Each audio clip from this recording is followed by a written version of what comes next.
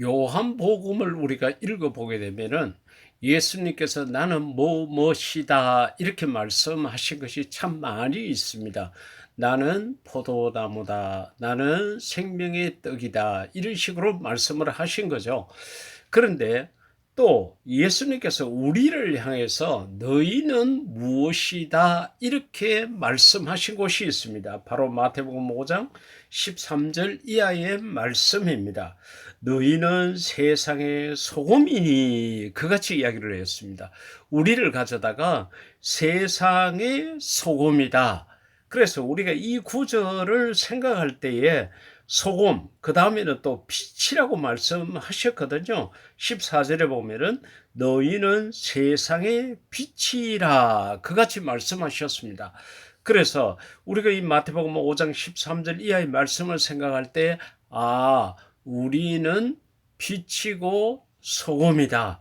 여기에 대해서 굉장히 강하게 생각을 합니다. 또 그것이 사실입니다. 그러나 우리가 생각해야 될 중요한 표현이 있는데 그것은 무엇인가 하면은 소금이고 빛이라고 말씀하시기 전에 세상의 소금이고 세상의 빛이라 그같이 말씀을 하셨습니다.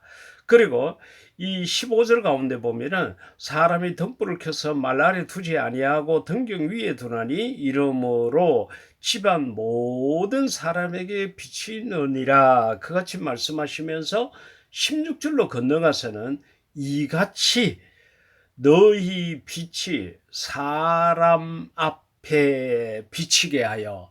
여러분, 우리가 가로등이 많이 있지만은 그 가로등이 도로에 있지 아니하고 깊은 산속에 있다 그러면 그 가로등이 가치성이 있을까요?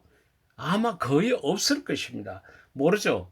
야행을 하는 동물들에게 도움이 될지 모르겠지만은 우리 사람에게는 아무런 의미가 없게 됩니다. 그같이 예수님께서 너희 빛이 사람 앞에, 여기서 사람이라는 것은 어떤 사람일까요? 이 말씀은 제자들에게 하셨고, 그리고 여기에서 사람이라는 것은 예수님을 믿지 않는 사람들, 그러니까 영적으로 말하면은 신앙인이 아니라 이방인이라고 말할 수 있겠죠. 또 교회가 아니라 세상이라고도 말할 수 있을 것입니다.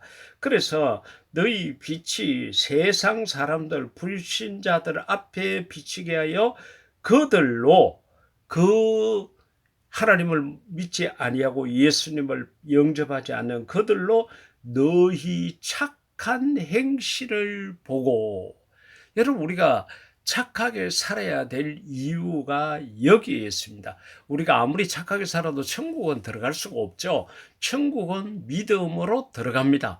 그러면은 우리가 나쁘게 살고 내가 믿음을 가질 수 있느냐? 그건 아닙니다. 진실한 믿음을 가진 자는 착하고 선하고 의롭고 바르게 살 수밖에 없는 거죠. 그래서 너희 착한 행실을 보고 하늘에 계신 너희 아버지께 영광을 돌리게 하라. 여러분, 자녀된 우리가 세상에서 손가락질을 당하고 잘못하게 되면은 나를 낳으시고 길러주신 부모님들이 욕을 먹게 되지 않습니까? 그건 마찬가지입니다. 우리가 하나님을 믿노라 하면서 하나님의 자녀라 하면서 하나님을 아버지라 하면서 이 땅에서 아무렇게나 살고 나쁘게 살고 도덕적으로도 본이 되지 못하고 이렇게 살아간다 그러면은 결국은 우리뿐만 아니라 내가 믿는다고 하는 하나님을 욕되게 하고 내가 다닌다고 하는 교회를 먹칠하게 되는 경우가 있다는 것을 생각을 해야 합니다. 그렇기 때문에 우리가 이 마태복음 5장 13절 이하의 말씀을 통해서 우리의 마음속에 꼭 기억해야 될 것은 뭔가 하면은 우리가 빛이고 소금 그 역할을 잊지를 말아야 되는데 특히 믿지 않는 사람들 속에서는 더욱더 그래야 된다는 거죠. 가령 예를 들어서 우리가 교회에서 실수를 하고 혹은 잘못을 저질렀을 때는 우리가 같은 교인들끼리니까 오히려 나의 부족함을 위해서 기도해 주는 사람이 있을 수가 있습니다. 그리고 나를 격려하고 나를 용서하고 이해하고 또 내가 그 사실에 대해서 잘못을 시인하고 자백하게 되면은 성경 말씀을 따라서 충분히 이해하고 용서를 받을 수가 있습니다. 그런데 내가 믿지 않는 사람들과 함께 있는 직장이라든지 세상의 어떤 공동체 속에서 내가 잘못하게 되면은 교회만큼 너그럽지를 못합니다. 그래서 내가 잘못한 데 대해서 그 대가를 지불을 해야 되고 더불어서 하나님을 욕되게 하고 교회를 욕되게 하는 경우도 있다는 것을 우리가 생각해야 된다는 거죠. 그렇기 때문에 우리가 정말로 교회 안에서만 경건한 모습을 가져서는 안 된다는 거예요.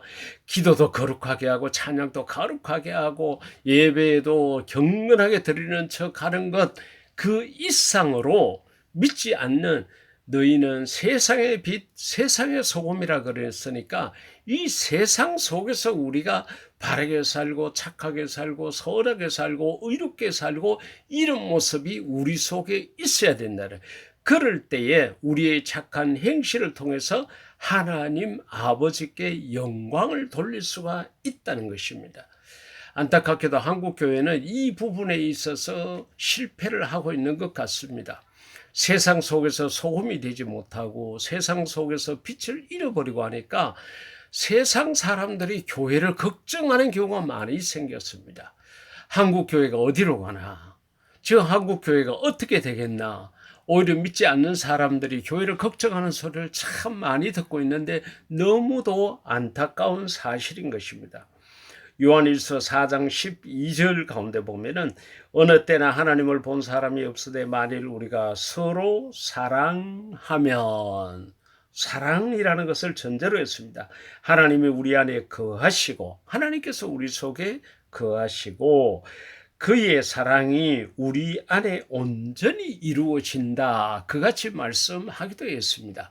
그러니까 결국은 우리가 빛과 소금의 역할을 하는 데 있어서 중요한 신앙의 핵심이 뭔가 하면은 사랑이라는 거죠. 소금은 녹아서 빛이라는 것은 자기를 뜨겁게 해서 주변을 밝혀주는 것 아닙니까? 사랑이라는 그 희생이 없이는 빛의 역할, 소금의 역할도 제대로 할 수 없다는 거죠. 교회가 물질을 지역사회 어려운 사람들을 위해서 줄 알아야 합니다. 교회가 어렵고 힘들게 살아가는 이웃들을 위해서 기도해 줄 알아야 합니다.